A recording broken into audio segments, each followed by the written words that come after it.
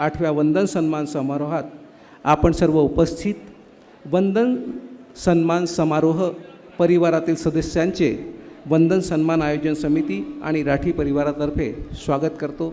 स्वागतम स्वागतम सुस्वागतम.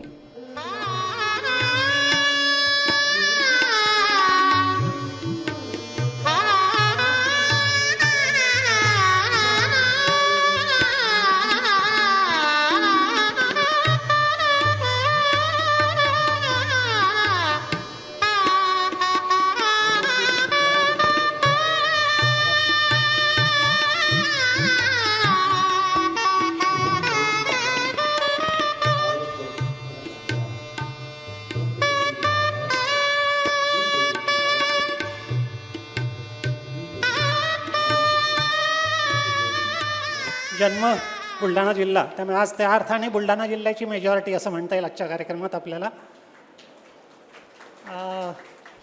मोहनलालजी राठी, बाबूजी ज्यांना ओळखले जाते, एका छोट्या गावातनं काय म्हणू आपण त्या काळामध्ये चरितार्थासाठीच असं म्हणता येईल की जे काय मायग्रेशन होते आज आपण बघतोय की आपली मुलं पुणे मुंबई आणि इकडे तिकडे जातात.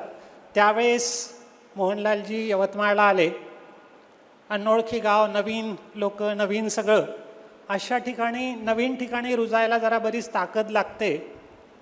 आणि कुठलंही पाठबळ नसताना त्यांनी सुरुवात केली आयुष्याची. या ठिकाणी अतिशय हलाखीच्या परिस्थितीमधनं समोर येत गेले आणि आज कुठे पोहोचले. हे कुठून सुरुवात झाली तेवढं फक्त मी सांगतोय, कुठे पोहोचले ते आपल्या सगळ्यांच्या डोळ्यापुढे आहे, ते फार सांगण्याची गरज नाही आहे. आर्थिक गरिबीवर तर विजय मिळवला, पण मला असं वाटते त्याहीपेक्षा महत्त्वाची गोष्ट जी आहे, पैशाने श्रीमंत अनेक लोक आहेत जगामध्ये, त्यांची कदाचित कमी नाही आहे.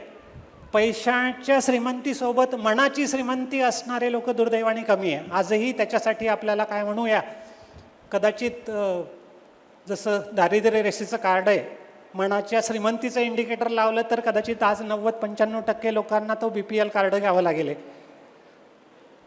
मोहनलालजींचं वैशिष्ट्य हे की आर्थिक गरिबीशी लढता लढता आर्थिक श्रीमंतीच्या ही आधी मी असं म्हणेल की मनाची श्रीमंती त्यांनी कमावली. वाचनाची प्रचंड आवड. हे सुदैवाने मला काही दिवस त्यांना बघता आलं, त्यांच्यासोबत काही गप्पा मारता आल्या, थोडंसं समजून घेता आलं त्यांचं व्यक्तिमत्व. वाचनाची प्रचंड आवड असणारी ही व्यक्ती, मनाने सुरुवातीपासूनच श्रीमंत. त्यामुळे आपल्याकडे जे आहे ते इतरांना काय देता येईल.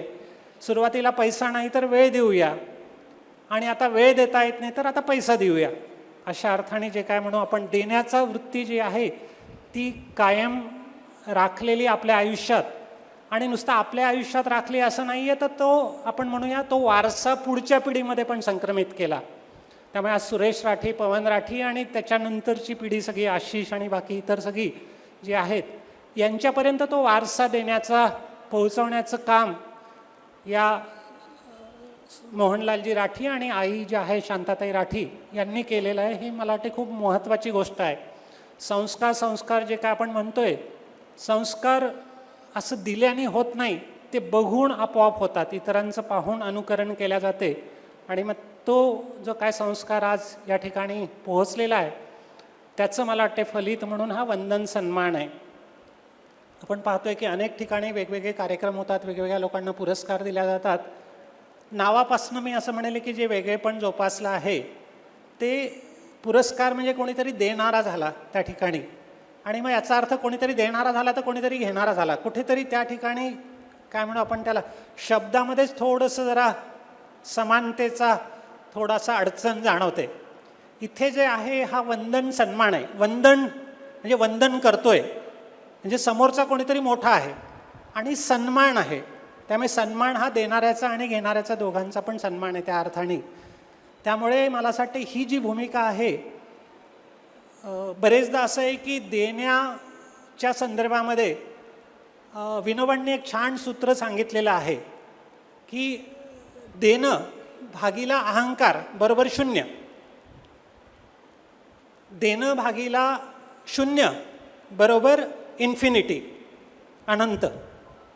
मला असं वाटते की या सगळ्या राठी परिवाराने ते जे विनोबांचं सूत्र आहे ते अंमलात आणलं या पुरस्काराच्या निमित्ताने, की आम्ही देणारे नाही आहोत. तो अहंकाराचा जो काय स्पर्श असतो कुठेतरी देताना पण, आणि बरेचदा असं म्हणतात आहे की देणाऱ्याचा अहंकार हा बराच जरा अवघड असतो जायला. कारण काहीतरी देतो आपण, कोणाला तरी मदत करतोय, आणि मी करतो हा जो मी आहे ना, सूक्ष्म जरी असला तरी तो त्या सगळ्यांना शून्य करतो या विनोबांच्या सूत्राप्रमाणे. त्यामुळे त्यातनं बाहेर पडणं हे भल्याभल्यांना जमत नाही असं आपल्याला आजूबाजूला चित्र दिसते. त्या पार्श्वभूमीवरती मला असं वाटतं हे वंदन सन्मानाचं वेगळेपण आहे. आता आपण या दाम्पत्याचा सत्कार करण्याकरता राठी परिवारातील सगळे सदस्य जे आहेत, सुरेशभाऊ राठी वहिनी, पवनभाऊ राठी वहिनी, त्यानंतर काकाजी काकीजी, आशिष, नीलम आणि परिवारातले सगळे सदस्य यांना मंचावर आमंत्रित करतोय. आणि प्रमुख अतिथी आणि अध्यक्ष यांना परिवारातर्फे त्यांना शॉल, श्रीफळ, स्मृतिचिन्ह हे द्यावं.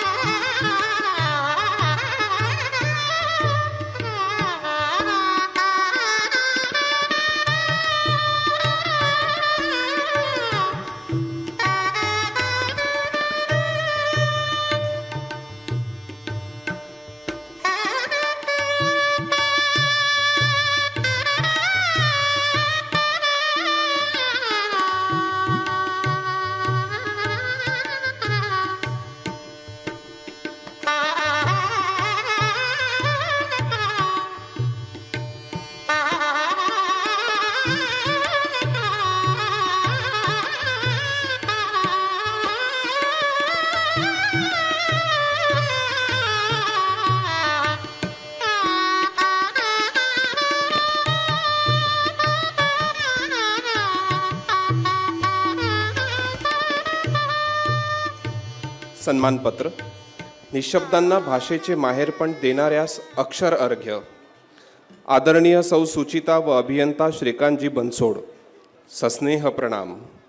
अबोलांच्या ओठात शब्द, भाषा आणि अक्षर भावना पेरणीचे सेवाकार्य आपण उभयता करत आहात. जन्मतःच कर्णबधिरत्व घेऊन आलेल्या अव्यक्तांना भावना, वेदना समाज भाषेत व्यक्त करता यावी यासाठी आपण बोलकी शाळा उभारली आहे.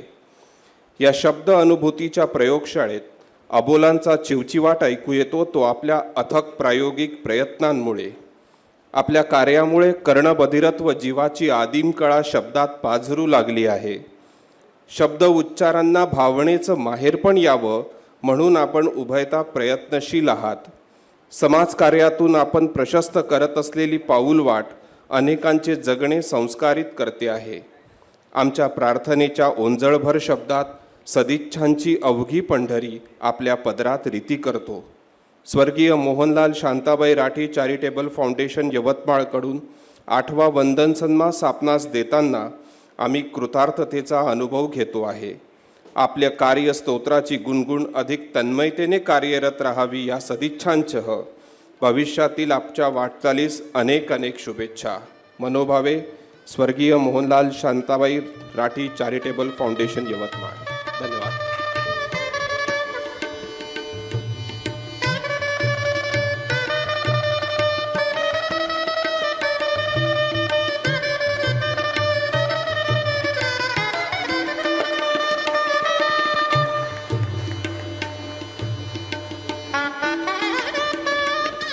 ज्यांच्याकडे शब्दांची ही जादू आहे की ते जेव्हा बोलायला लागतात असा झरा वाहतो प्रेरणेचा की जिथून कोणीही उभा असलेला ओतप्रोत होऊन कार्य करणं सुरू करू देतो. अशा विभूतींना ऐकताना माझी स्वतः करता पण एकच इच्छा आहे की 2 कानांनी कदाचित माझ्यामुळे शक्य होणार नाही, तर या प्रत्येक शरीराच्या रोमाचा कर्ण व्हावा आणि मी त्यांच्या या भावनांचा, त्यांच्या उद्भवनाचा फायदा घ्यावा. म्हणून जोरदार टाळ्यांच्या कडकडाटात आमंत्रित करतोय इंद्रजितजी देशमुख यांना.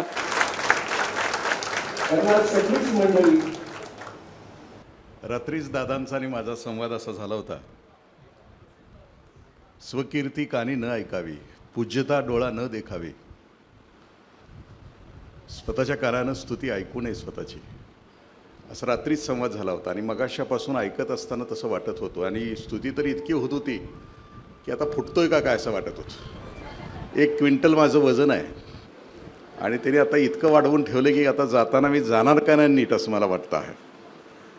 एक खूप पवित्र, शुद्ध आणि अंतःकरणाला स्पर्श करणारा कार्यक्रम आता संपन्न झाला. काही कार्यक्रम पाहायचे असतात, काही कार्यक्रम ऐकायचे असतात.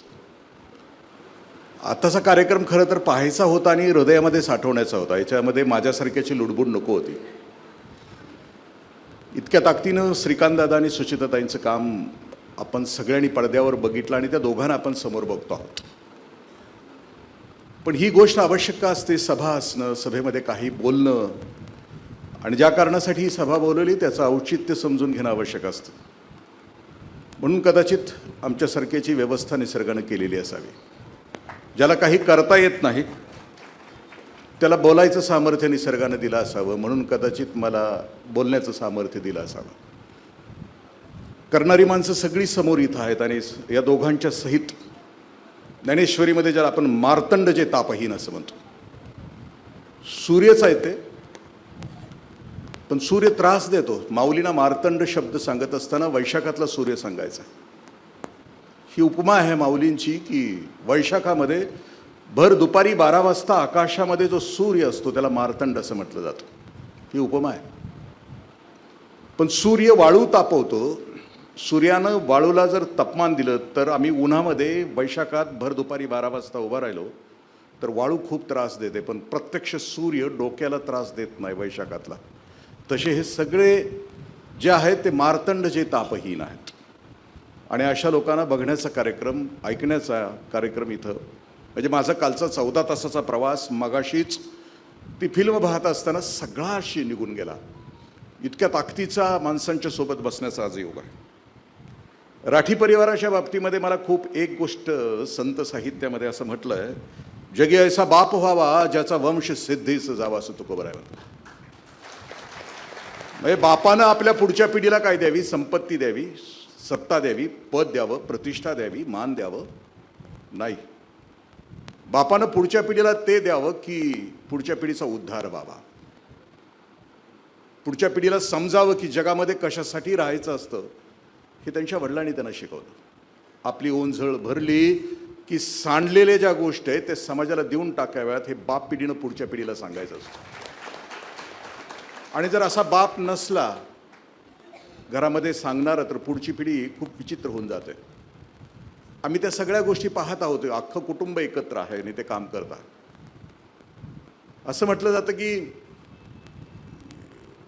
या सभा म्हणजे लोकसंग्रह हा 2 कारणासाठी केला जातो. एक स्टँडर्ड ऑफ लिव्हिंगसाठी केला जातो आणि एक स्टँडर्ड ऑफ लाईफसाठी केला जातो. आजचा जो लोकसंग्रह आहे तो स्टँडर्ड ऑफ लाईफसाठी, जीवनमानाचा दर्जा उंचावण्यासाठी. बाकीच्या यात्रा, बाकीच्या सभा ज्या सुरू आहेत आजूबाजूला त्या स्टँडर्ड ऑफ लिव्हिंगसाठी आहेत, स्वतःच्या स्वार्थासाठी आहेत. पण आजची जी सभा आहे इथं संपन्न होते आहे ती आमच्या आयुष्याची उंची वाढवणारी सभा आहे. आमच्या आयुष्यातल्या पर्पजला, हेतूला कुठंतरी गवसणी घालणारी सभा आहे असं म्हटलं. या दोघांच्याकडे पाहिलं की असं लक्षात येतं की विदुरांनी संसार सुखाचा व्हावा यासाठी 6 सूत्र सांगितलीत. म्हणजे ज्याचा संसार कुणाचा सुखाचा होतो, विदुरजी असं म्हणतात की ज्याच्याकडं धन आहे, पहिली गोष्ट सूत्र आहे पहिलं की ज्याच्याकडं धन आहे तो पहिलं सूत्र आहे. नुसतं धन असून चालत नाही की आरोग्य असावं लागतं. धन आणि आरोग्य दोन्ही असलं की दुसरं सूत्र आहे एक. पण हे असत नसतं. एकाकडं धन असू शकतं आणि आरोग्य असू शकत नाही, आरोग्य असू शकतं आणि धन असू शकत नाही. पुढची 2 सूत्र आहेत ती बायकोच्या विषयीची आहेत. म्हणजे बायको प्रेमळ असावी आणि बायको गोड बोलणारी असावी. हे एकाच बायकोमध्ये असावं असं सांगितलंय आणि त्यामुळे बायकोच्या विषयी असं म्हटलं. या दोघांच्याकडे बघितलं की आपल्या लक्षात येतं काही जोडपी असतात ती मेड फॉर हिमसेल्फ असतात, मग ती त्याच्यासाठी जागते. काही जोडपी असतात ती मेड फॉर हरसेल्फ असतात, तो तिच्यासाठी जागतो. काही जोडपी असतात ती मेड फॉर इच अदर असतात. आणि आणि काही जोडपी असतात ती मॅड फॉर इच अदर असतात. श्रीकांत दादा आणि सुचिताताई मॅड फॉर इच अदर आहेत. तुझं स्वप्न ते माझं स्वप्न, तुझा श्वास तो माझा श्वास, तुझं जगणं ते माझं जगणं. माझ्या एकट्याच लेकराला सुखी करता आलं असतं, पण श्वास अनेकांच्या सुखासाठी होतो, त्यावेळेला ते स्वप्न त्यांचं जीवन बनून जातं आणि जीवन हे श्वास होऊन जातं. नाहीतर आमची लग्न कशी असतात, आमची जोडपी पु ल देशपांडे असं म्हणतात की लग्न आहे कसा किल्ला आहे की त्याच्या बाहेर असणारे आत जाण्यासाठी धडपडतात आणि आत असणारे बाहेर जाण्यासाठी गुदमरतात. मी आपल्या संसाराविषयी इथं अजिबात बोललेलो नाही, म्हणून तर म्हटलं की हा कार्यक्रम आहे तो जीवनाची उंची वाढवणार आहे. ॲरिस्टॉटल असं म्हटलं की जीवनाचा उद्देश आहे, the ultimate aim of life is happiness असं म्हटलं. तुमच्या माझ्या सगळ्यांचा जी धावाधाव आहे, मुंगीपासून ब्रह्मदेवापर्यंत सगळ्यांची जी धावाधाव आहे, ती धावाधाव फक्त यासाठी की आम्ही सगळ्यांनी सुखी आणि आनंदी व्हावं. पण आम्ही असं म्हटलं जातं की पहिल्या 2 प्रकारामध्ये मोडतात. असं म्हटलं जातं की पहिली गोष्ट आम्ही जगतो ते प्लेजरमध्ये जगतो, काही जण जगतात ते पॅशनमध्ये जगतात, आणि तिसऱ्या प्रकारचे लोक आहेत ते पर्पजसाठी जगतात, आणि संत जगतात ते हॅपीनेससाठी जगतात. प्लेजरमध्ये जगणारे माझ्यासारखी लोक, सामान्य लोक, खा प्या आणि मजा करा, eat drink and be happy, हे दिल मांगे मोर. ब्रँडेड शूज, ब्रँडेड कपडे, ब्रँडेड मोबाईल, आमचं जगणं प्लेजरसाठी जगणं. म्हणजे आम्ही चर्चाच आमच्या घरामध्ये ते असतात की तुझा मोबाईल कोणत्या कंपनीचा, माझा मोबाईल कोणत्या कंपनीचा, तुझी गाडी कोणती, माझी गाडी कोणती. किंवा असं म्हणता येईल की आणखीन 3 प्रकारची माणसं असतात. स्थायिक प्रकारची माणसं असतात की अखंड आयुष्यभर संपत्ती, स्थायिक संपत्ती जमा करतात. इथं प्लॉट घे, तिथं प्लॉट घे, इथं फ्लॅट घे, तिथं फ्लॅट घे, ही स्थायिक प्रकारची माणसं असतात. दुसरी असतात ती माईक प्रकारची माणसं असतात, सत्ता, संपत्ती, पद, प्रतिष्ठा, मान. आणि तिसरी असतात ती व्यावहारिक माणसं असतात, अखंड आयुष्यभर व्यवहारामध्ये जगत असतात. त्यांच्याविषयी नाही आपण जे बोलतोय आज, आजची सभा आहे ते त्याच्यापेक्षा वेगळ्या गोष्टीसाठी. आमची सगळ्यांची सुखाची ठिकाणं काय आहेत की मुलगा एकच स्वतःचा, हम दो हमारा एक बजाज, आणि मग तो बजाजला खूप मोठं करायचं, त्याला इंजिनिअरिंगला घालायचं, आणखीन कशाला घालायचं. मग त्याची बायको पण इंजिनियर असणार, मग ते राहणार पुण्याला, मग रविवारी मॉलमध्ये जाणार, ते खरेदी करणार खूप नको असताना 10-10 हजारची खरेदी एका दिवशी. मग पाऊस पडायला लागला की आम्ही मंडळी जाणार मग लोणावळ्याला, मग धबधब्याच्या खाली आंघोळ करणार, सेल्फी काढणार आणि फॅमिलीच्या ग्रुपवर टाकणार. कारण आम्ही जगतो ते आमचा संसार तुमच्यापेक्षा किती सुखाचा चाललाय हे दाखवण्यासाठी आमचे संसार असतात. मेरी साडी से तेरी साडी सफेद कैशी. आमच्या या व्यवहारी जगामध्ये आमचं जे चाललेलं असतं, मी प्लेजर म्हटलं ना, तुझ्यापेक्षा माझा संसार सुखाचा चाललाय, ह्याची टस्सल चालू आहे सध्या सारखी, प्रत्येकाची टस्सल चालू आहे. त्यामुळे आमच्या सगळ्या जाहिराती सुद्धा तशाच असतात. ज्याला व्यापार चांगला करायचा आहे त्याच्या व्यवहारिक द्वेषावर आधारित असल्या पाहिजेत. घर की बडे शान, पडोसी की जले जान. ओनिडाचा टीव्ही घरात असला की शेजारी जळेल. प्लेजर म्हणजे जाळ्यासाठी आम्ही जगतो का दुसऱ्याला. लिनन नावाच्या कपड्याची जाहिरात आहे, बघतोस काय रागानं, लिनन घातलंय वाघानं. म्हणजे आम्ही शेळे आहे बाकीचे सगळे, लिनन घातलं की तेवढा वाघ होतो. आमचं जगणं आहे ना, माऊली त्याच्याविषयी असं म्हणतात की पै पंकिसाची किडे की न किळसिंची. खूप क्षुद्र गोष्टीमध्ये जगतो आम्ही. शब्द, स्पर्श, रूप, रस, गंध म्हणजे प्लेजर, या गोष्टीसाठी आम्ही जगतो. शब्द म्हणजे चांगले शब्द ऐकावेत कानाला, स्पर्श चांगला मिळावा, रूप चांगलं बघायला मिळावं, रस चांगले जिभेवर भोगता यावेत. म्हणजे आम्ही जगतो ते क्षुद्र गोष्टीमध्ये जगतो. जीवनाचा अर्थ न कळालेली माणसं आहेत. आम्ही सोमवारी जन्माला येतो, आम्ही मंगळवारी मोठे होतो, बुधवारी आमचं लग्न होतं, गुरुवारी आम्हाला पोरं होतात, शुक्रवारी आम्ही आजारी पडतो, शनिवारी लईच आजारी पडतो आणि आयतवारी आमचा काळावर कुठलाच ठसा नसतो. जगतो आणि मरतो. पै पुंकी साची आहे किडे की न किळसिंची. ती माऊली म्हणतात की पुवातल्या किड्याला पुवाचा कधी किळस येत नाही. आम्हाला सुद्धा या गोष्टीचा कधी किळस येत नाही. दिवसभर आम्ही जे जगतो त्या जगण्यामध्ये संध्याकाळी आम्ही झोपताना विचार केला, एखादी तरी शलाका आमच्या दिवसभराच्या आयुष्यामध्ये एक तरी क्षण असा गेला का जो जीव की जो दिव्यत्वाचा होता. अनेकांना भारावून टाकणारा होता, एखाद्याला सुखी करणारा होता. म्हणजे दिवसातला एकही क्षण असा नसतो तर आयुष्याच्या शेवटी किती क्षण आम्ही गोळा करू शकू की जाताना सांगते असं ती. कारण तुकोबरा असं म्हणतात की येईल शेवटी कोण कामा काय जाब देशी यमदूता. या 3.5 हाताच्या देहाचा काय जाब देशील असं ते प्रश्न विचारतात. दुसरी माणसं असतात ती पॅशनसाठी जगतात. इकेगाई नावाचं आपण पुस्तक वाचलं असेल. पॅशन या शब्दाचा अर्थ की निसर्गानं प्रत्येकाला कोणती तरी बुद्धी दिली आहे. कुणाला संगीत दिलं, साहित्य दिलं, कला, क्रीडा, नाट्य, त्याला जे दिलंय त्याच्यामध्ये तो आयुष्य घालवतो. आणि तिसरी जी गोष्ट मी आपल्याशी आज आपण बोलतो आहे, आजची जी सभा आहे ती पर्पजसाठी. म्हणजे ज्याला आपल्या आयुष्याचा हेतू समजला, या 3.5 हाताच्या देहाचं करायचं काय आहे.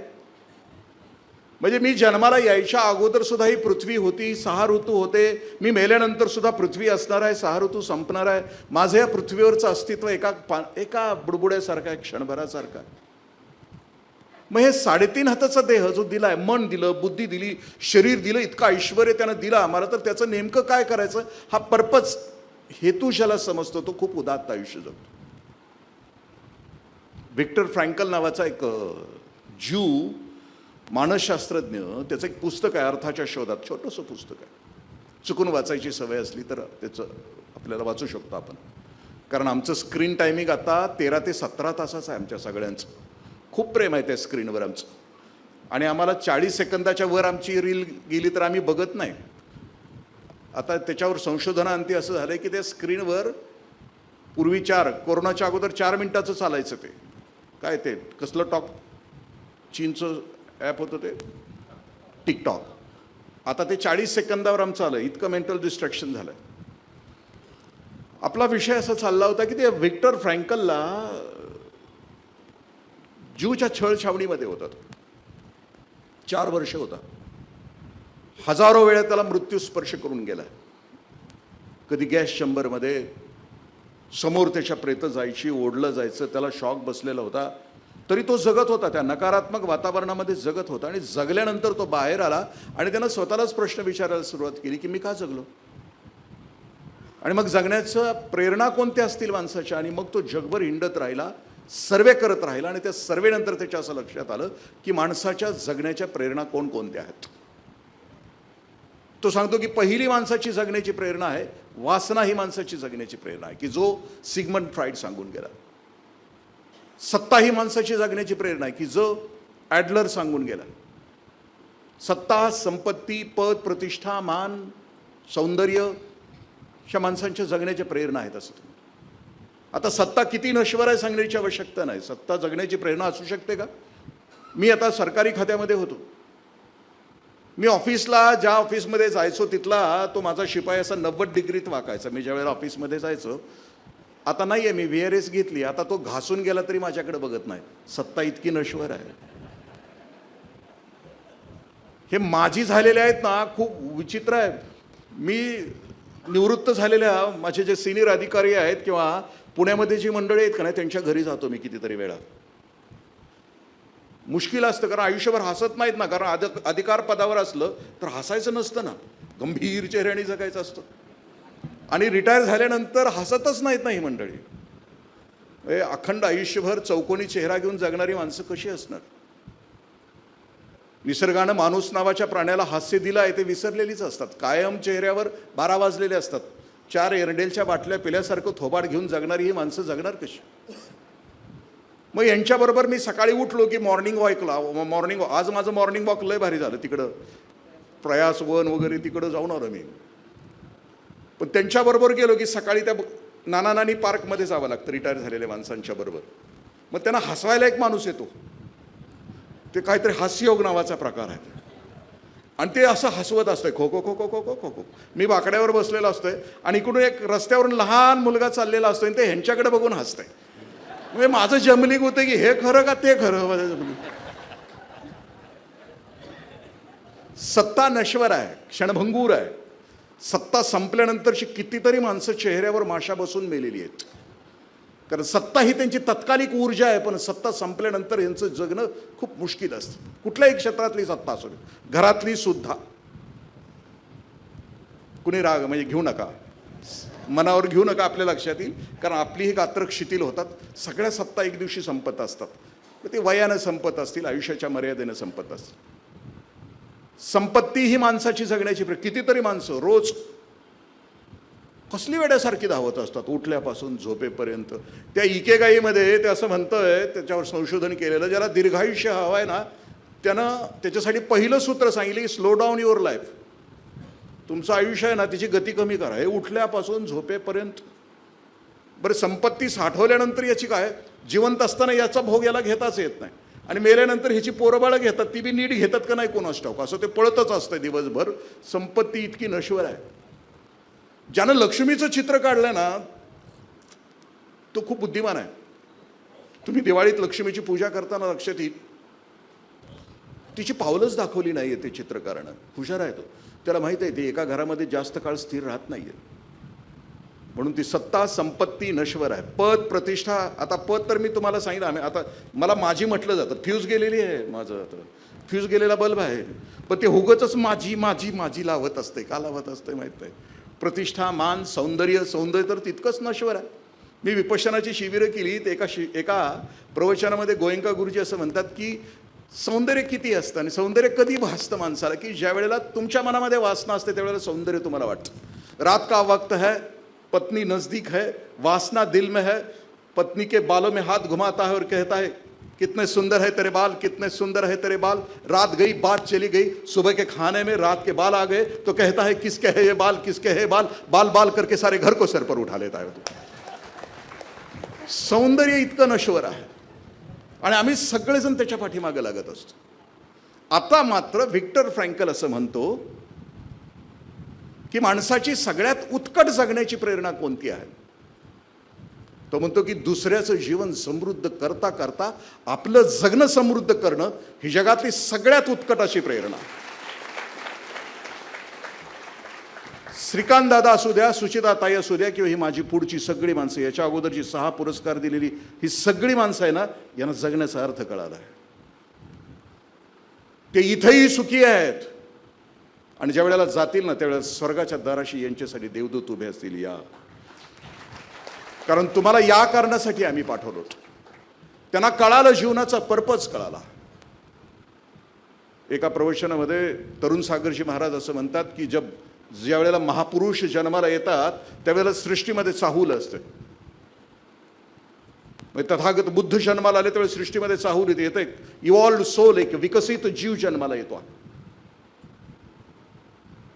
वर्धमान महावीर जन्माला आले त्यावेळेस सृष्टीमध्ये चाहूल होती. विवेकानंद जन्माला आले त्यावेळेस सृष्टीमध्ये चाहूल होती. पण जो नुसताच जन्माला आलाय, माझ्यासारखा सामान्य म्हणून जन्माला आलाय, त्यावेळेला सृष्टीमध्ये काही चाहूल होती का नव्हती? होती. त्यावेळेला मी जन्माला आलो त्यावेळेला गल्लीतलं कुत्र भुंकत होतं. त्याला खूप आनंद झाला होता की बरं झालं माझ्यासारखा एक दोस्त जन्माला आला. कारण कुत्रा अखंड आयुष्यभर या गल्लीतून त्या गल्लीत, त्या गल्लीतून त्या गल्लीत, त्या गल्लीतून त्या गल्लीत फिरत असतं. पण मरताना मात्र भयानक असतं. त्याच्या तोंडात घास असतो, पेटात लात असते आणि मृत्यूचं आवत आलेलं असतं. सामान्यपणे आम्ही नाही ना जगायचं. विवेकानंद असं म्हणतात की every soul is potentially divine. How you manifest, that is the question. प्रत्येक जीव हा व्यक्त ब्रह्म आहे. त्याला प्रचंड ताकद आहे. जी ताकद सुचेताताईंना दिली, जी ताकद श्रीकांतदादांना दिली, जी ताकद माझ्या सगळ्या पुढच्या माणसांना दिली, ती ताकद प्रत्येकाला दिली. पण त्याची इफिशियन्सी आम्ही नाही ना त्याच्यासाठी वापरली. खूप करू शकतो माणूस, एक एक माणूस खूप अफाट करू शकतो. मग आता हे यांना जे कळालं, या लोकांना जे कळालं, ते वास्तवात आणण्यासाठी 3 गोष्टी असाव्या लागतात आमच्या मनामध्ये. Way of life, way of thinking and way of worship असणं. आयुष्याचा हेतू समजला. कारण आयुष्याचे हेतू समजणारे 2 दिवस असतात. माणसाच्या आयुष्यातले 2 दिवस महत्त्वाचे असतात. एक जन्माला आलो तो दिवस, आणि ज्या दिवशी मी का जन्माला आलो, व्हाय, मी कशासाठी जन्माला आलो, हे ज्या दिवशी समजतो तो दुसरा दिवस आहे. आणि तिथून मुळे जी झेप आहे, माझं स्वतःचं लेकरू दिसतं आहे या दोघांना, आणि मग माझं स्वतःचं लेकरू ज्या वेळेला झेप घेत आहे त्यावेळेला आता 155 लेकरांना मी झेप, त्यांच्या पंखाला बळ देणार आहे. तो ज्या वेळेला होतो ना, तो विकास ज्या वेळेला होतो, तो वे ऑफ लाईफ या शब्दाचा अर्थ की आम्ही स्वतः आयुष्यभर ठरवत नाही की मी इथून संपणार आहे. त्यावेळेला माझ्या अख्ख्या आयुष्याचं मी नियोजन काय केलेलं. एखादं ब्रीद वाक्य माझं आहे की जसं या दोघांनी ठरवलं की जोपर्यंत हे जिवंत आहेत आणि आणखीन यांचं लेकरू ठरवत आहे. माझ्या वडिलांची, मगाशी त्या दादाचं ऐकलं ना, माझ्या वडिलांची मिरासिका देवा तुझी चरण सेवा पांडुरंगा. म्हणजे माझा वडील जो करेल तेच मी करणार आहे. पुढच्या पिढीनं काय करायचं असतं. मग एक सुखी केल्यानंतर पुढचा सुखी. ब्रीदवाक्य मी ठरवलं का काय माझ्या आयुष्याचं, अखंड आयुष्याचं? जसं की तथागत बुद्धांचं ब्रीदवाक्य होतं, मास्टर सेंटेन्स होतं, आत्मदीप भव. मी दुःखमुक्त झालो तर मला अख्खा समाज दुःखमुक्त करायचं. मी नामदेवरायांना विचारलं की तुमचं ब्रीदवाक्य काय आहे, मास्टर सेंटेन्स काय? ते सांगतात की ज्ञानदीप लावू जगी नाचू कीर्तनाचे रंगी. मला कीर्तनाचं सामर्थ्य दिलं आहे तर कीर्तनानं लोकांच्या अंतःकरणामध्ये ज्ञानाचा दिवा मी प्रज्वलित करेन. विवेकानंदांना विचारलं तर आत्मनो मोक्षार्थ जगद हितायच. मी आत्मस्वरूपाला प्राप्त होईनच पण जगाच्या कल्याणासाठी काम करेन.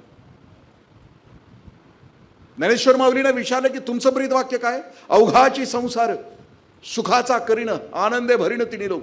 16 वर्षाच्या बाळाचं ब्रीदवाक्य आहे, अवघाची संसार. मग सुखी करणार आहे तर मी ज्ञानेश्वरी लिहिणार. मग ज्ञानेश्वरी का लिहिणार? ऐसा वाग्विलास विस्तारू गीतार्थेशी विश्वंभरू आनंदाचे आवारू मांडू जगा. मी ज्ञानेश्वरी मी का लिहितो आहे? या ब्रह्मांडाच्या भोवती मला एक कुंपण घालायचं आहे आणि त्या कुंपणाच्या आतल्या सगळ्यांना मला सुखी करायचं. 16 वर्षाचं बाळ. आणि आमचं ब्रीदवाक्य काय असतं, आमचं मास्टर सेंटेन्स काय असतं? अवघाची संसार एकट्याचाच करीन बाकीच्यांची वाटच लावीन. हे आमचं ब्रीदवाक्य असतं. आयुष्याचा पर्पज सापडला पाहिजे असं म्हटलं. ज्यांना सापडला ती माणसं मोठी असतात. आजच्या सभेमध्ये किमान 2, 4, 10 जणांना जरी पर्पज सापडला तर ज्या वेदना आहेत आजूबाजूला त्या वेदना कित्येक मुलांना, कित्येक लोकांना वेदना मुक्ती मिळेल. जशी यांनी वेदना मुक्ती दिलेली आहे सगळ्यांना, एका एका दुःखाशी झटत. Way of life. दुसरी वे ऑफ थिंकिंग. विचार करण्याचा मार्ग कोणता आहे तुमच्या माझ्या आयुष्याचा? कधीतरी एकदा समजावं लागतं ना, आपला जो विचार चालला आहे तर किती खुरटा आहे. मी मगाशी सांगितलं तसं. या कार्यक्रमाचं मोल आणखीन असं आहे की मानवी समाजामध्ये जी कृपणता, जी संकुचितता जी पसरत निघाली आहेत त्या कृपणतेला आणि संकुचिततेला धक्का देण्याचं काम हा कार्यक्रम करतो. सोपं नाही. आता हे जाऊन बसलेत दादांच्या ह्याच्यामध्ये. चांगली माणसं निवडायची म्हणजे तांदळातनं खडे निवडायचे का खड्यातनं तांदूळ निवडायचं असं सध्या परिस्थिती आहे. आणि त्या परिस्थितीमध्ये चांगली माणसं सापडायला पाहिजेत. चांगली माणसं कुणाला सापडणार? ज्याची नजर चांगली आहे त्याला सापडणार. धर्मराजाला एकही वाईट माणूस भेटत नाही आणि दुर्योधनाला एकही माणूस चांगला भेटत नाही. जानामे निवृत्ती नचमेव प्रवृत्ती, जानामे प्रवृत्ती नचमेव निवृत्ती. दुर्योधनाला सांगितलं पृथ्वी तलावर जाऊन फिरून ये, एखादा चांगला माणूस तुला दिसतोय का बघ. त्याला एकही चांगला माणूस दिसत नाही. आणि धर्मराजाला सांगितलं एक वाईट माणूस घेऊन ये, त्याला एकही वाईट माणूस. नजर असायला लागते चांगल्या माणसांना शोधण्यासाठी. आणि जोपर्यंत चांगल्या माणसांना शोधून चांगल्या ठिकाणी आणून चांगला सत्कार करण्याची समाजामध्ये आत्ता थोडीशी ही सुरू आहे, ही दुगदुगी आहे, तोपर्यंत समाज जिवंत राहण्याची लक्षणं आहेत. जसं की विनोबाजी असं म्हणतात की भ्रष्टाचाराला माझा विरोध नाही पण भ्रष्टाचारी व्यक्तीला मिळणाऱ्या प्रतिष्ठेला माझा विरोध आहे. आजचा जो आहे, आज जी प्रतिष्ठा मिळते आहे, आज आम्ही प्रतिष्ठा देतोय कुणाला?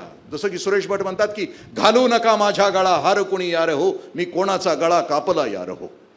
म्हणजे आज अशा लोकांच्या गळ्यामध्ये हार पडतायत की जे लोकांचे गळे कापतायत. असं मी नाही म्हणत, असं सुरेश भट म्हणतात. पण आज हार सन्मानानं, की जिथं हाराचा त्या फुलांचाही सन्मान व्हावा. खरा ज्या दिवशी आम्ही भ्रष्टाचारी, म्हणजे विनोबाजी असं म्हणतात की ज्या दिवशी आम्ही भ्रष्टाचारी आणि पापी लोकांचा सत्कार करणं बंद करू, त्यांच्या पुढं करण्याचं बंद करू, त्या दिवशी समाज चारित्र्यावर येऊन जाईल. त्यावेळेला चांगुलपणा समाजामध्ये येऊन जाईल. Way of thinking. आम्ही विचार करत असताना या गोष्टी करत राहिलो तर या गोष्टी होतात. आणि way of worship. Way of worship या शब्दाचा अर्थ असा आहे की जाताना म्हणजे माणसाचं आयुष्य चांगलं गेलं, कसं गेलं हे कसं शोधायचं असतं. मी आत्ता म्हटलं ना, जसं की डॉक्टर अनिल अवचट सरांचा एक लेख आला होता व्हॉट्सअप युनिव्हर्सिटीमध्ये की मृत्यूच्या अगोदर, की माझा अंत्यसंस्कार होत असताना समाजामध्ये माझ्याविषयी एवढी चर्चा करा की हा माणूस माणूस म्हणून जगला. आपल्या अख्ख्या आयुष्याचा हिशोब कुठं असतो? मृत्यूच्या वेळेला असतो, एका क्षणात. म्हणजे आम्ही जिल्हा परिषदेच्या शाळेत होतो लहानपणी, आणि 1 मेला आमचा निकाल असायचा. 1 मेला असं लाईनमध्ये उभं राहायचो. मग निकालाचं गुरुजी वाचायचे निकाल, आणि मग आमचं नाव यायचं इंद्रजित दत्ताजीराव देशमुख, पास. 1 सेकंदात पास बरं का. वर्षभर यांच्या छड्या खाल्लेत, कविता म्हटले, त्यांचं पाडपाठ करलेत, अंगठं धरलेत, वर्षभर निबार मार खाल्ला यांचा, आणि 1 सेकंदात आमचा निकाल लावलाय की पास. त्यावेळेला सुद्धा हरणासारख्या उड्यास घेत आम्ही घराकडे जायचो, कारण पास झालो. मग आयुष्यामध्ये पास वे ऑफ वर्शिप ठरवायचं कसं? मी शिरोळला गट विकास अधिकारी होतो. शिरोळला माझी पहिली नोकरी तिथं होती, आणि तिथं एक पक्या नावाचा येडा आहे, अजूनही आहे तो. माझं केबिन खाली होतं, असं खाली, आणि त्याला मारायचे माणसाचे.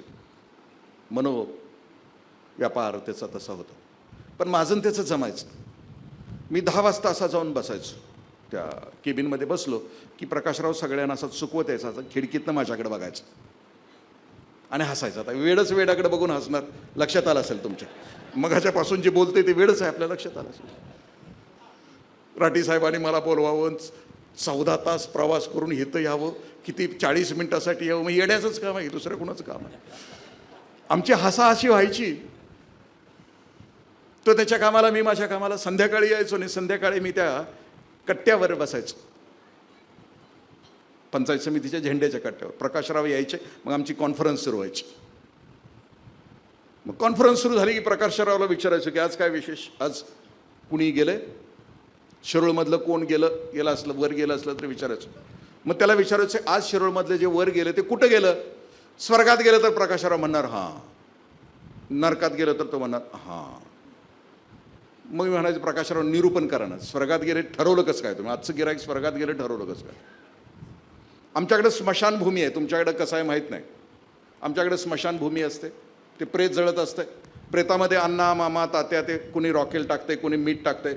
इकडे गटागटानं माणसं बसलेली असतात, दारूवाल्याजवळ, गुटखावाल्याजवळ, तंबाखूवाल्याजवळ. काँग्रेस, राष्ट्रवादी अजित पवार, राष्ट्रवादी शरद पवार, शिवसेना उभाटा, शिवसेना शिंदे, भाजप. तिथं सुद्धा गटबाजी सोडत नाहीत. स्मशानात ती जागा आहे का गटबाजी करण्याची, पण तिथं सुद्धा सोडत नाही. मग प्रकाशराव सांगतो की नरकात गेलं याच्याविषयी शिकायचे. प्रकाशराव असं म्हणायचं की साहेब तिथं चर्चा होती, ही ह्याच्या आधीच मराय पाहिजे होतं. अजून जगला असतं तर किती जणांचं वाटोळं केलं असतं कुणास ठाऊक, किती जणांच्या कामाच्या आडवा आला असतं कुणास ठाऊक. प्रकाशरावचा साधा सिद्धांत आहे की ज्या वेळेला प्रेत जळत असताना माणसं जर म्हणत असतील की हे ह्याच्या आधी मरायला पाहिजे, तर समजून चालायचं की हे नरकात गेलं. मग मी प्रकाशरावला म्हटलं स्वर्गात गेलं याच्याविषयीचं काय सिद्धांत आहे? मग प्रकाशराव म्हणायचा की सर, अंत्ययात्रा निघाली असताना कोण कोणाशी बोलत नव्हतं.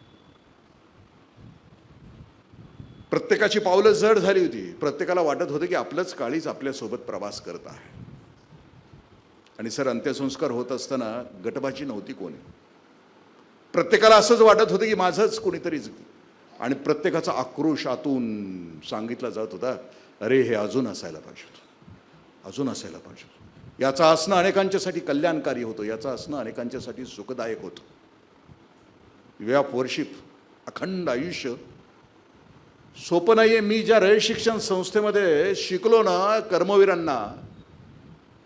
कर्मवीरांच्या आयुष्यामध्ये 33 हार्ट अटॅक आले. 33.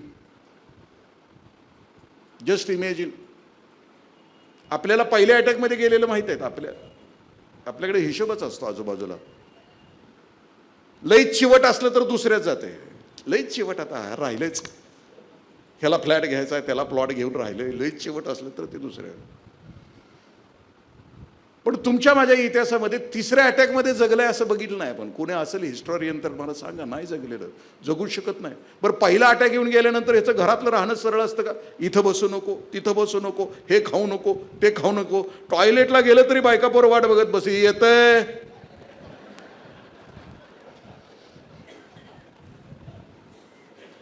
Way of worship. माझ्या अण्णांना 33 हार्ट अटॅक आले, कर्मवीरांना 33. बॅरिस्टर पी जी पाटील सरांनी लिहिलंय, अटॅक यायचा, तो यमदूत यायचा. अण्णा त्याला म्हणायचे, ए सर मागं, मला सोलापूरला कॉलेज काढायचं आहे, सर मागं मला पोरींचं हॉस्टेल बांधायचं आहे. सर मागं मला सातारला हॉस्टेल बांधायचं आहे. 33 वेळेला तो यमदूत यायचा. अण्णा सर मागं म्हटलं की तो यमदूत मागं जायचा, पुन्हा पुढे यायचा, अण्णांच्या पायावर डोकं टेकवायचा, मागं जायचा. अण्णांना म्हणायचं, होय अण्णा तुम्हाला नेऊन काय करू, गोरगरिबांची पोरं शिकणार कशी. 33 वेळेला यमदूत येतो आणि अण्णांना सांगून जातो. 33 वेळेला यमदूतांना पाठीमागं टाकण्याची, सरकवण्याची ताकद या महापुरुषांच्या मध्ये असते. तर माझ्यासाठी यमदूत आला आणि मी त्याला सर मागं म्हटलो तर तो म्हणाला, आत्ताच काशा गोंधळ कसं जगलायस मला माहीत आहे. आमच्यासाठी तो पाठीमागं सरकत नाही. मार्तंड जे तापहीन, मी मगाशी म्हटलं ना की सूर्याची उपमा दिलेली आहे. ही माणसं समाजामध्ये असणं आणि यांच्यासाठी आम्ही काम करणं, म्हणजे ज्याला देत नाही. मला राठी कुटुंबाचं खूप छान वाटतं की पूर्वी वडील 1 तास समाजासाठी द्यायचे. आता धन येते तर धन, ज्याच्याकडे जे सामर्थ्य निसर्गानं दिलं आहे त्या सामर्थ्यानं आपला भवताल सुखी करणं हे त्याचं काम असतं. पसायदान सांगत असताना, आता विश्वात्मके देवे येणे भाग्यज्ञ तोषावे, तोषोनी मज द्यावे पसायदान. आम्ही जे करतो आहे ना ते आनंदानं करायचं असतं. प्रत्येक गोष्ट जी जी करतो आहे ते तोषोनी मज द्यावे, जे जे द्यायचं आहे ते आनंदानं द्यायचं. तोषोनी मज द्यावे पसायदान या ओळीचा अर्थ असा आहे की आम्हाला जगामध्ये जे जे करायचं आहे ना ते आनंदानं, खरखर ठेवून द्यायचं नाही. म्हणजे माझ्या एखाद्या बहिणीनं चांगला भात केला किंवा आपल्या बायकोनं खूप चांगला भात केला आहे आपल्याला आवडणारा, आणि वाढताना जर तू म्हणतो गिळ एकदाशी, तर ते खाणं होईल का? नाही होणार. त्यामुळे मला ज्या दोघांच्याकडे बघितल्यानंतर उरामध्ये सगळी वेदना थोपवून, म्हणजे तुम्ही जस्ट विचार करा ना, ज्या क्षणाला जाणीव झाली असेल या दोघांना, ज्या क्षणाला आपण सहानुभूती घेऊ ना, सिंपती घेऊ ना, ज्या क्षणाला या दोघांना जाणवलं असेल की लेकरू नीतीनं एक ठोका चुकवलाय, तो क्षण आठवा ना सहानुभूतीनं. आणि मग दुसरा क्षण या दोघांनी ठरवलं असेल, नाही या क्षणावर विजय मिळवायचा, या क्षणावर विजय मिळवायचा. आणि आता आम्हाला सामर्थ्य मिळालंच आहे,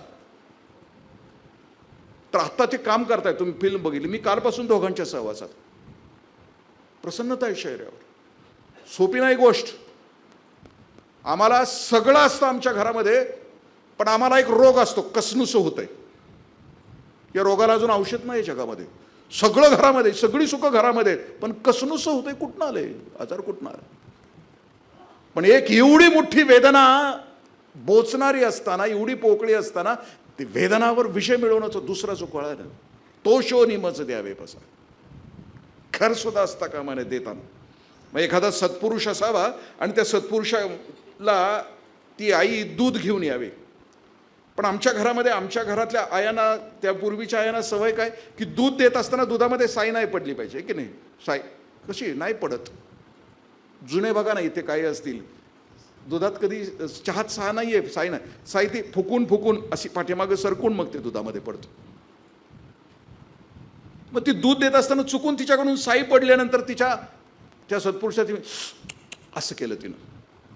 मग बाहेर आणून तो आवाज त्या सत्पुरुषाच्या कानावर गेला होता. ते दूध दिल्यानंतर तो म्हटला, आई नको. ती म्हटली का? ते म्हटले घेतलं असतं ग, पण त्याच्यात तुझं मिसळलंय म्हणून ते मला नको. तोषोनी मज द्यावे पसायदान. जे द्यायचंय ना असं खरखर करत द्यायचं नाही. म्हणजे दान देत असताना उगाच सारखं दिलं. मिल्टन नावाचा तो विचारवंत चर्चमध्ये एकदा बसला होता, चर्चमध्ये, आणि पाठीमागच्या खुर्चीवर बसला होता. आणि पुढं ते पादरी भाषण देत होते दानावर.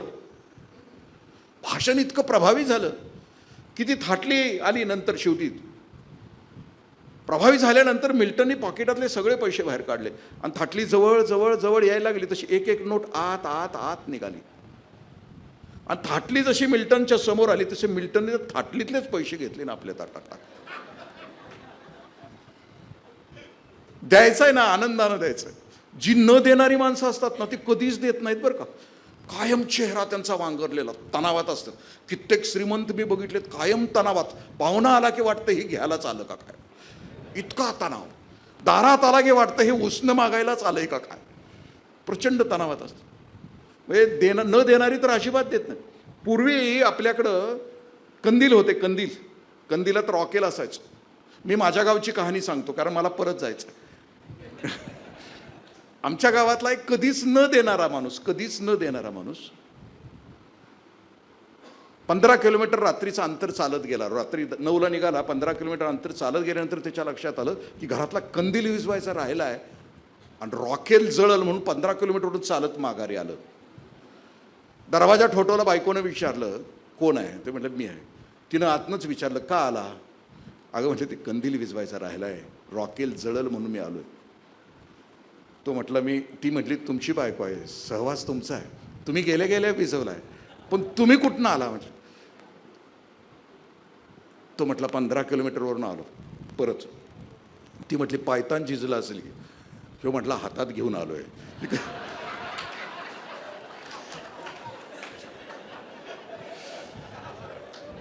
हे वर्णन करत असताना एकमेकाकडे बघू नका. चुकून हे कुणाला लागू पडत असेल तर तो योगायोग समजाव. तो शोनी मज द्यावे, जे द्यायचं आहे ते आनंदानं द्यायचं, खुल्या मनानं द्यायचं, असं त्याच्यामध्ये कुठली खरं असतं कामा. पसायदान या शब्दाचा अर्थ खूप सुंदर आहे. पसायदान म्हणजे प्रसाद शब्दाचा लॉंग फॉर्म आहे. प्रत्यक्ष साक्षात दर्शन म्हणजे प्रसाद. ही माणसं कशी आहेत बघा. माझ्या घरी कर्मवीर अण्णा यायचे. माझे चुलते नास्तिक होते आणि माझे वडील आस्तिक होते. अण्णा आले की माझे वडील आणि चुलते कर्मवीर अण्णांना आंघोळ घालायचे. अण्णा म्हणा येडय का भाऊ तुम्ही, मला कशाला आंघोळ घालताय. माझे चुलते असं म्हणायचे, अरे भाऊराव जगाची पोरं शिकावीत म्हणून वनवन हिंडतयस. दगडात देव आहे की नाही माहीत नाही, पण तुझ्या रूपानं अनेकाची पोरं शिकावीत म्हणून हिंडणारा जिता जागता देव मला माहिती आहे, त्याला आम्ही अभिषेक घालतो आहे. पसायदान या शब्दाचा अर्थ असा आहे की स्वतःसाठी मागितली जाते ती भीक, कुटुंबासाठी मागितली जाते ती भिक्षा, समाजासाठी मागितलं जातं ते दान, आणि अवघ्या विश्वाच्या कल्याणासाठी मागितलं जातं ते पसायदान. पण दान दिल्याशिवाय आम्ही पसायदानाकडे जाऊ शकत नाही. आम्हाला परमेश्वराच्या जवळ नेणारा सगळ्यात जवळचा मार्ग कोणता असेल तर तो आहे दान. दुसरं काहीच नाही. ज्याच्याजवळ दे आहे. माऊलींचे खूप सुंदर ओवी आहे. जेथ संपत्ती आणि दया, हे वसती जेथ ठाया, ती माझी विभूती जाण धनंजया.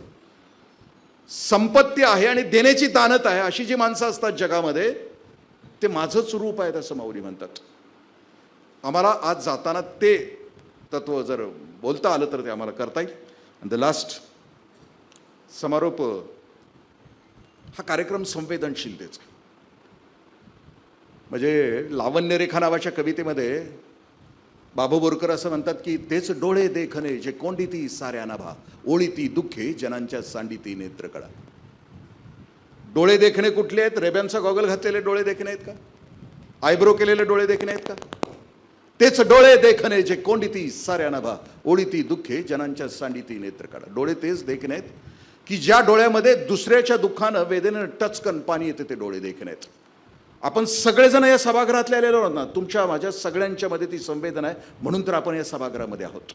सोपं नाही. तुमच्या सगळ्यांना माझा नमस्कार आहे. अशा कार्यक्रमाला कोण येणार आहे? पण आहे संवेदनशील, अजूनही धुगधुगी आहे म्हणून तुम्ही आलेला आहात. आणि संवेदना असते कशी त्याचा बोलतो ना मी, माझ्या वाणीलाच विराम देतो. कदाचित व्हॉट्सअप युनिव्हर्सिटीमध्ये ती माझ्या ऑडिओमधून आपल्यापर्यंत आली पण असेल कहाणी. पोस्टमन आहे, बदली होऊन आला आहे नवीन गावाला. टपाल टाकता टाकता गावाच्या बाहेरच्या वस्तीवर तो गेला आहे. ऊन तापलंय. वस्तीवरच्या एका दाराची त्यानं बेल वाजवली. त्याच्या पायात पायतान नाहीये. आतून दरवाजा उघडला जात नाही. 5 मिनिटं झाली, 10 मिनिटं झाली. पोस्टमन वैतागला आहे. तो म्हणतो आता जर उघडला ना दरवाजा, कोण पण असू दे, शिवीच देणार आहे. दरवाजा उघडला तर एक 16-17ची मुलगी, 17 वर्षाची मुलगी, जिला हात नाहीत, जिला पाय नाहीत, कुबडीवर उभी आहे. ती खूप छान हसते काकांच्याकडे बघून. आणि ती काकांना म्हणते, काका सॉरी उशीर झाला. दुसरा दिवस येतो आहे पोस्टमन, तिचं टपाल देतो आहे, बेल वाजवतो आहे, पण तो थांबतो आहे. त्याला माहिती आहे पोस्टमन काकाला की आत कोण आहे. तो रोज येतो आहे. पुरीच्या लक्षात आलंय काकांच्या पायाला चप्पल नाहीये. दिवाळीच्या आदल्या दिवशी पोस्टमन म्हणतो की यांना नाही पोस्ट मागणार मी, या पुरीला नाही मागणार पोस्ट.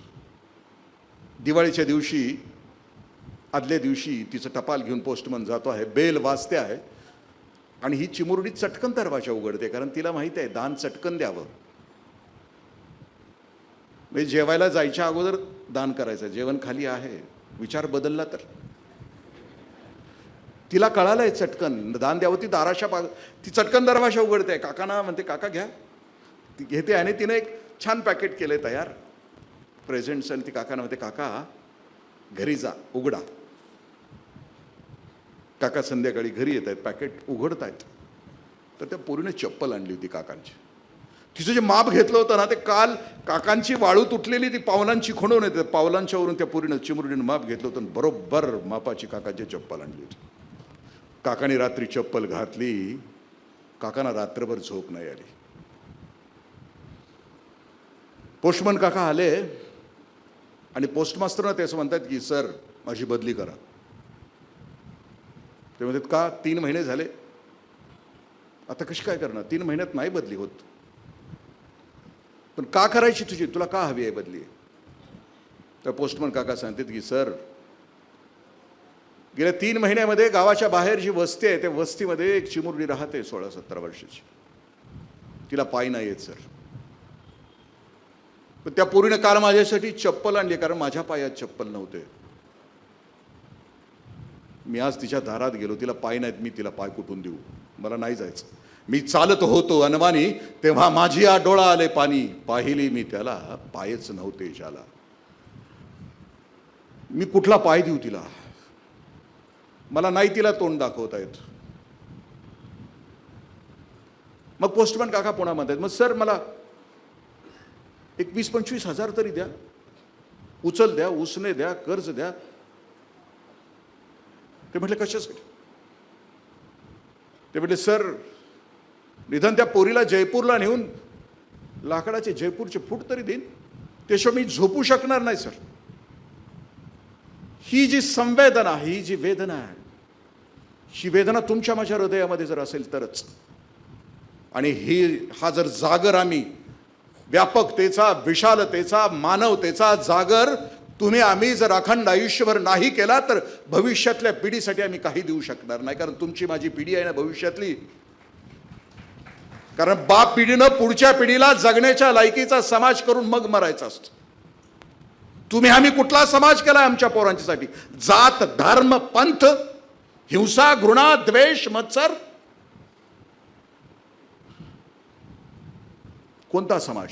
हे आने वाली नसलो, हे येणाऱ्या पिढ्यानं आम्हाला तुमच्यासाठी एक असं जग तयार करायचं आहे की ज्या रस्त्यावरून तुम्ही जाल त्या रस्त्यावर आम्हाला प्रकाशाचे बीज पेरायचे. बळानं तुम्ही ज्या रस्त्यावरून जाल त्या रस्त्याच्या डाव्या उजव्या बाजूला आम्हाला सौख्याची उद्यानं तयार करायची. काय आम्ही पुढच्या पिढीसाठी करून ठेवलं आहे. घृणा, मत्सर, द्वेष, हिंसा, बेईमानी, फसवणूक पावला पावलाला. तुमचं माझं पोरगं उद्या गेलं समाजाच्या बाजारात. नो किड्स मुवमेंट आज जगामध्ये सुरू आहे 2 कारणासाठी. पहिलं कारण आहे की स्वच्छंदी जगायचं आहे आणि दुसरी नो किड्स मुवमेंट यासाठी सुरू आहे की जाणकार आईबाप असं म्हणतात की पोराला जन्म दिला आम्ही या जगामध्ये तर त्यांच्यासाठी नरकच आहे. कशी जगतील ती पोरं. पावला पावलाला तुमच्या माझ्या पोरासाठी बेईमानी, गद्दारी, फसवणूक, भ्रष्टाचार पाप आहे. सुरेश भटांच्या भाषेत सांगायचं झालं तर अजूनही हा खोल घाव नाही, अजूनही हा सूर्याना सराव नाही. पावला पावलाला तुमच्या माझ्या पोरासाठी आम्ही घाव घालून ठेवलेले आहेत. हा व्यापकता आहे. ही 1000 काळजाची माणसं आम्ही लोकांच्या समोर आली नाहीत, आणली नाहीत आणि आमचं काळीच किमान ह्या 1000 माणसांच्यासाठी हल्लं नाही तर पुढची पिढी आम्हाला जाब विचारेल, ए बापा आमच्यासाठी कुठलं जग सोडून गेलास. हे भयानक जग कशासाठी दिलंस आमच्या वाट्यावर. माणूस नावाची जात चांगुलपणावर जगते, माणूस नावाची जात प्रेमावर जगते, माणूस नावाची जात जिव्हाळ्यावर जगते.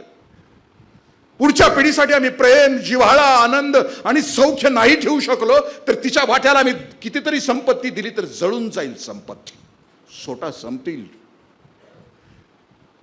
जर माणसं संपत्तीनं सुखी होत असती तर अडाणी अंबानीच्या पूजा केल्या असत्या लोकांनी.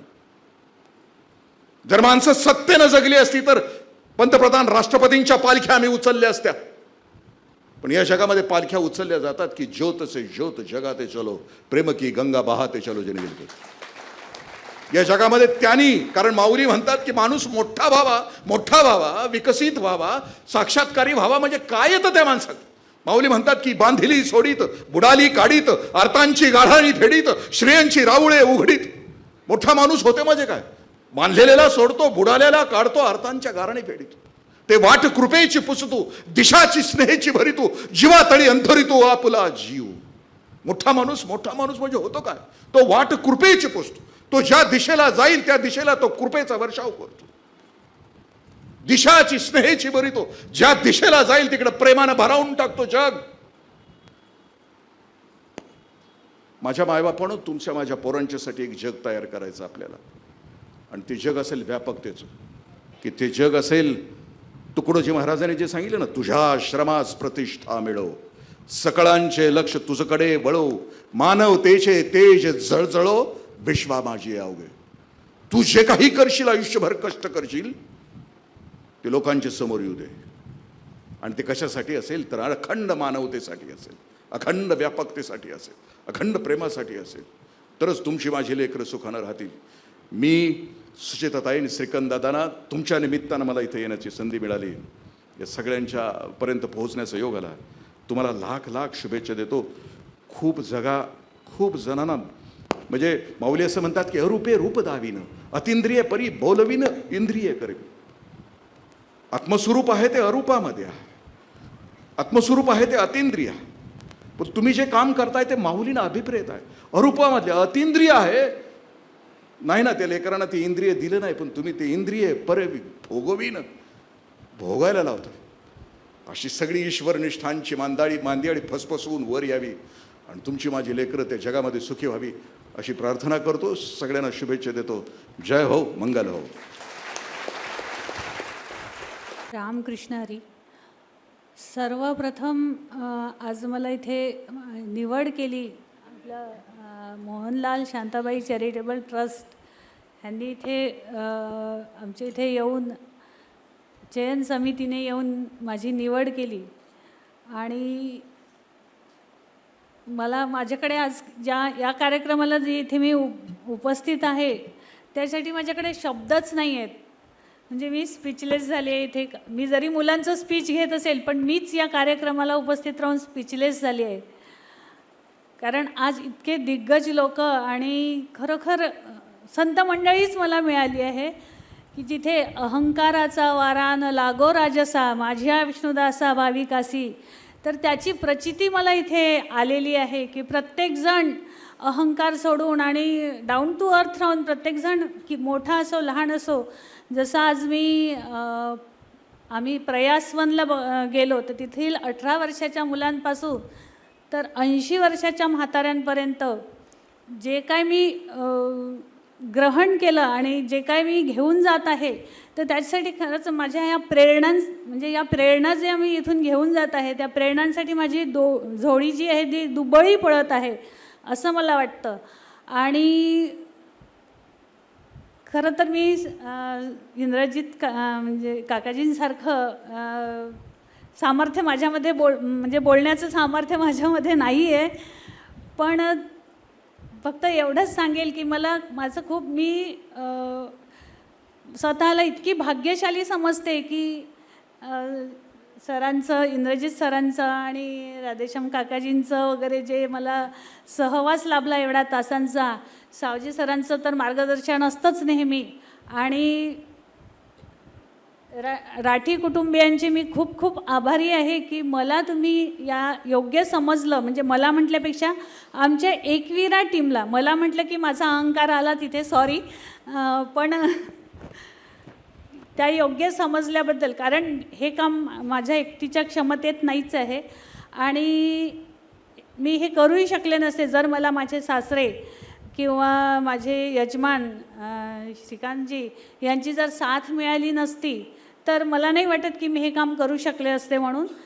तसंच जो आता हे एकविराचं गलबत जे पुढे सरकत आहे आणि त्याला दिशा देणारे हेमंतजी चौधरी सर आमचे अध्यक्ष झाले आहेत ते, तसेच कांडलकर सर आणि संपूर्ण एकविराची टीम हे काम घेऊन पुढे जात आहे.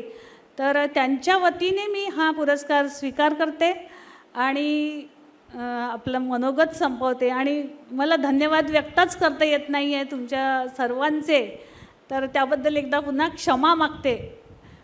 सॉरी.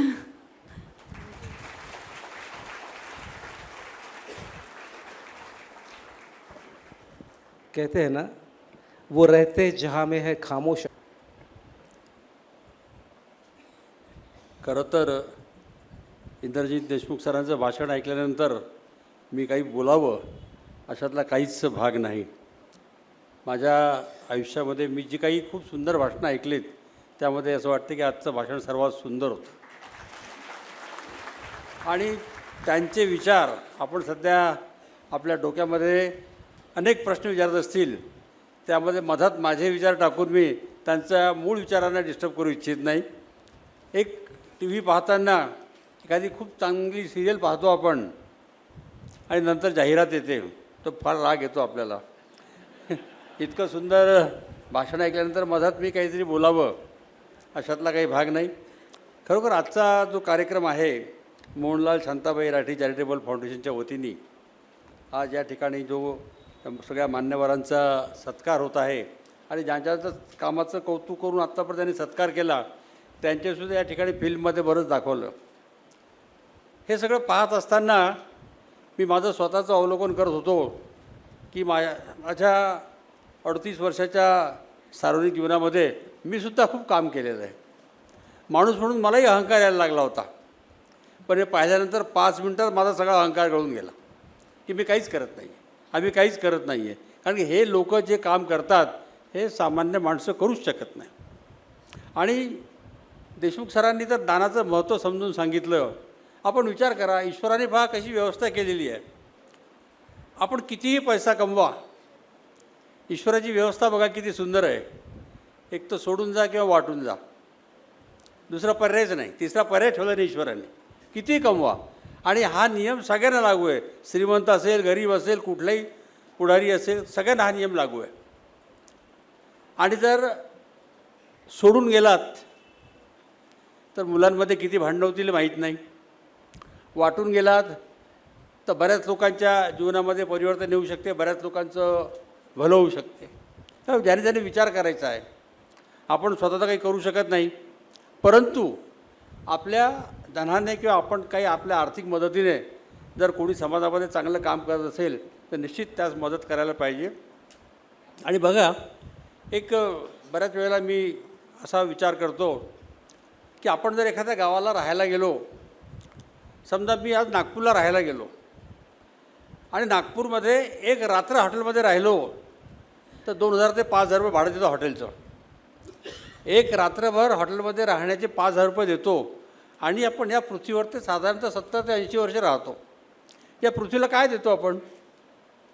काहीच देत नाही. देत नाही, उलट या वसुंधरेचं इतकं नुकसान करून जातो.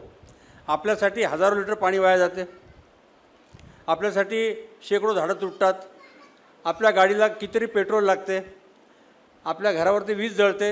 हे सगळं करत असताना निसर्गाचं अतोनात नुकसान होते. तर आपण काहीच करून जात नाही. तर जोपर्यंत आपण या सृष्टीचं, या वसुंधरेचं जाताना देणं चुकून जात नाही, मग कुठल्या धर्मात काय सांगितलेलं मला माहीत नाही, पण त्याशिवाय मोक्षप्राप्ती नाही आहे. तोच खरा मोक्षप्राप्तीचा अर्थ आहे की जाताना ज्या ज्या या सृष्टीचं, वसुंधरेचं नुकसान केलं आपण ते तिथं परत करून जायचं आहे. तर आपण पहा ना, प्रत्येका जीवनामध्ये समोर व्यापारी लोक बसलेले आहेत.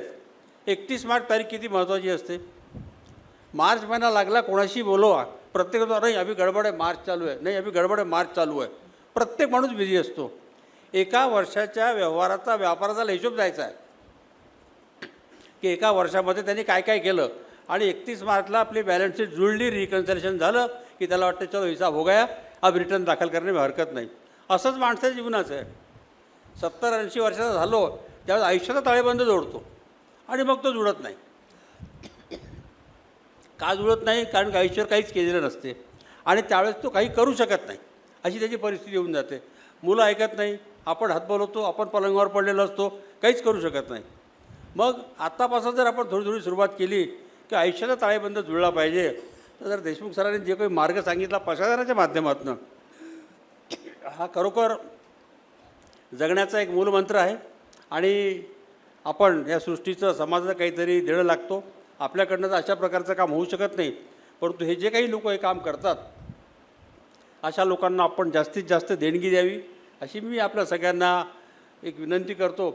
आणि परत आज ज्या समजा बनसोड कुटुंब आपण त्याला जे बक्षीस मिळालं त्यांचं मनापासून कौतुक करतो.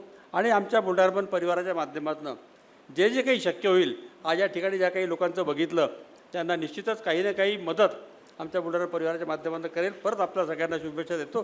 धन्यवाद.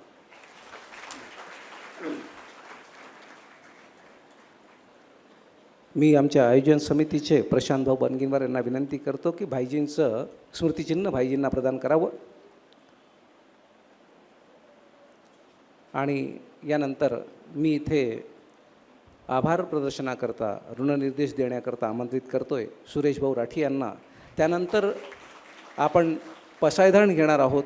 पसायदानानंतर कार्यक्रमाची समाप्ती होईल, पण खाली भोजनाचा आस्वादत घेतल्याशिवाय कोणी इथून जाऊ नये अशी विनंतीही या समय करू इच्छितो. आणि आमंत्रित करतो आहे सुरेश भाऊ राठी यांना की त्यांनी ऋणनिर्देश करावे. कार्यक्रमाचा सगळ्यात शेवटचा आणि औपचारिकतेचा भाग मोहनलाल शांताबाई राठी चॅरिटेबल फाउंडेशनच्या अध्यक्ष या नात्याने माझ्याकडे आलेला आहे.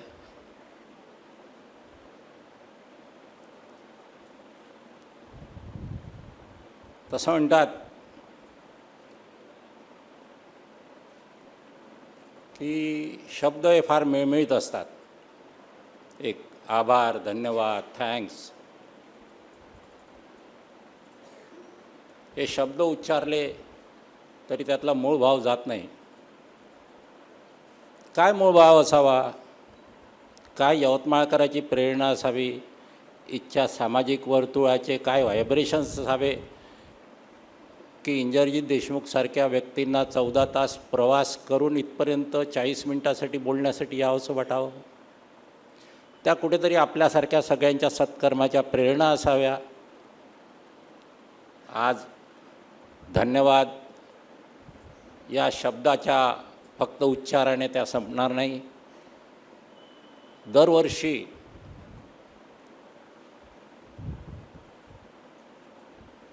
आपण जो हा पुरस्कार निवड समिती जाऊन निवडते, यवतमाळकर विविध रूपाने वर्षभर विविध लोकांची नावं सुचवत असतात. त्यात अशा संस्थांना वर्षभर भेटी देण्याचा कार्यक्रम हा नियमितपणे चालू असतो. यंदा बनसोड कुटुंबियाकडे ज्यावेळेस गेलो त्याच्या आधी आम्ही बऱ्याच लोकांकडून त्याची माहिती, त्यांच्या कामाचं स्वरूप हे जाणून घेतलं आणि नंतर गेलो.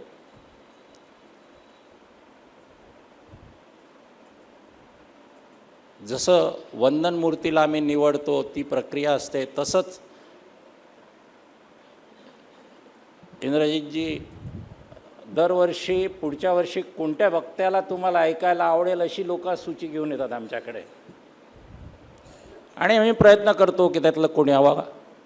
मागच्या वर्षी राधेश्यामजी, भाईजी आणि काकाजी या दोघांसाठी प्रयत्न केले. दोघांची वेळ मागच्या वर्षी जुळून नाही आली आणि यंदा मला वाटते माझे फक्त शब्द होते आणि या सत्कर्माचे व्हायब्रेशन्स असे असतील की साधारणतः एका फोनवर साधारणतः 5 ते 10 मिनिटाच्या अंतराळामध्ये दोघंही व्यक्तींनी एकाच वेळेस होकार दिला. मला वाटते इंद्रजितजी आणि माझी भेट आज पहिल्यांदा इथे झाली, याच्या आधी माझी भेट नाही. त्यामुळे हा कुटुंबियाचा सोहळा जरी राठी परिवाराने सुरू केलेला असला तरी हा सोहळा जसं सगळ्यांनी म्हटलं आणि तो त्या अर्थाने सगळा यवतमाळकरांचा आहे, यवतमाळकराच्या सत्प्रेरणेचा आहे, यवतमाळकराच्या समाज ऋण चुकवण्याच्या वृत्तीचा आहे. इथे समोर बसणारी विविध क्षेत्रात वावरणारी दिग्गज मंडळी आहे. मी कुणाचंच ऋण धन्यवाद देणार नाही. भाईजी सगळे इतक्या व्यस्ततेतून आले, कुणाचंच ऋण व्यक्त करणार नाही. सावजी सर तर या परिवारातील सदस्य आहे. त्यांनी विशेष या कार्यक्रमाचा त्याचा ठरलेला कार्यक्रम करून आणले. त्यांना वाटलं की या कार्यक्रमाला प्रायोरिटी द्यावी म्हणून ते आले. कुणाचंच ऋण नाही.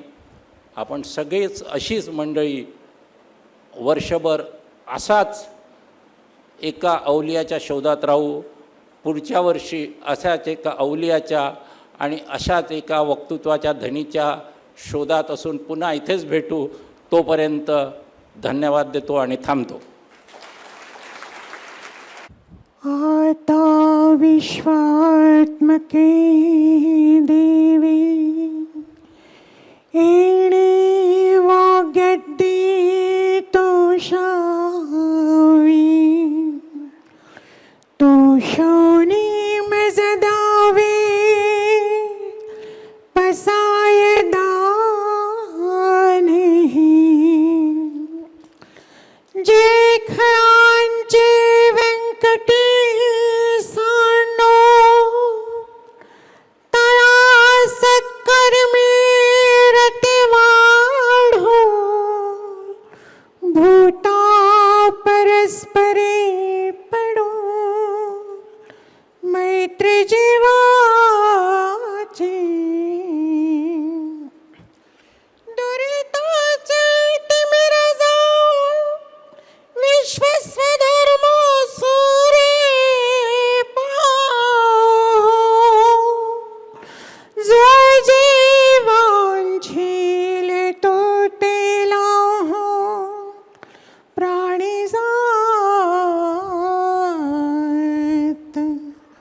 वर्षत सकळ मंगळी ईश्वर निष्ठांची मानियाळी अनवरत भूमंडळी भेटते भूता चला कल्पतरूंचे आरवा चेतना चिंतामणींचे गाव बोलते जे अर्णव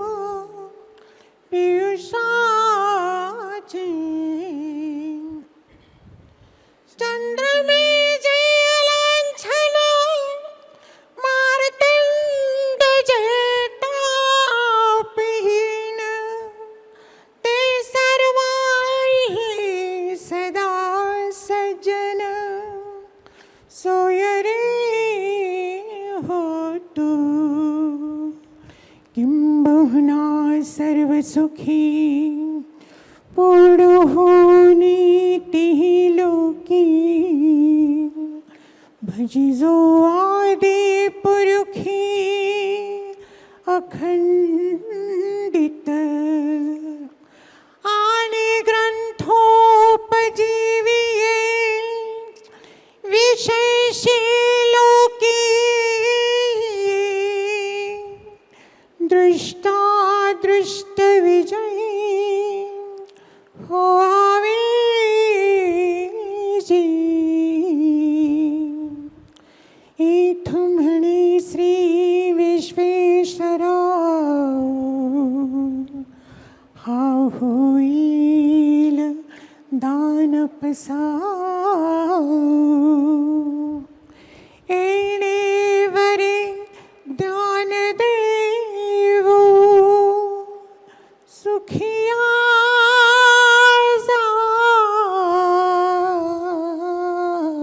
झाला सुखिया